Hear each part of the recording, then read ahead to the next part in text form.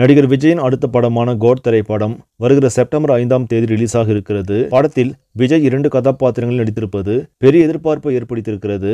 மாஸ்கோவில் நடந்த metro rail குண்டுவெடிப்பு சம்பவத்தை மையப்படுத்தி தான் கோட் படத்தின் கதை இருக்கும் என சமீபத்தில் தகவல் ஒன்று பரவியது. தற்பொழுது கோட் படத்தின் சேட்டலைட் உரிமை ஜீ தமிழ் கைப்பற்றியிருப்பதாக அதிகாரப்பூர்வ அறிவிப்பு வெளியாகி இருக்கிறது. பிரம்மாண்ட தொகைக்கு கோட் படத்தின் டிவி உரிமை விற்பனையாகியிருப்பதாக சொல்லப்படுகிறது.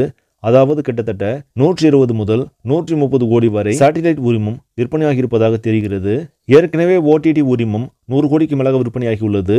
தற்போது சேட்டலைட் உரிமத்தோடு சேர்த்து பார்த்தால் கிட்டத்தட்ட 230 கோடிக்கு மேலாக ரிலீஸுக்கு முன்பே லாபத்தை பார்த்திருக்கிறது கோட் திரைப்படம். அதேபோல் திரையரங்குகளிலும் மிகப்பெரிய தொகையை வசூலாக பெற்று வசூல் சாதனைகளை படைக்கும் என்று எதிர்பார்க்கப்படுகிறது.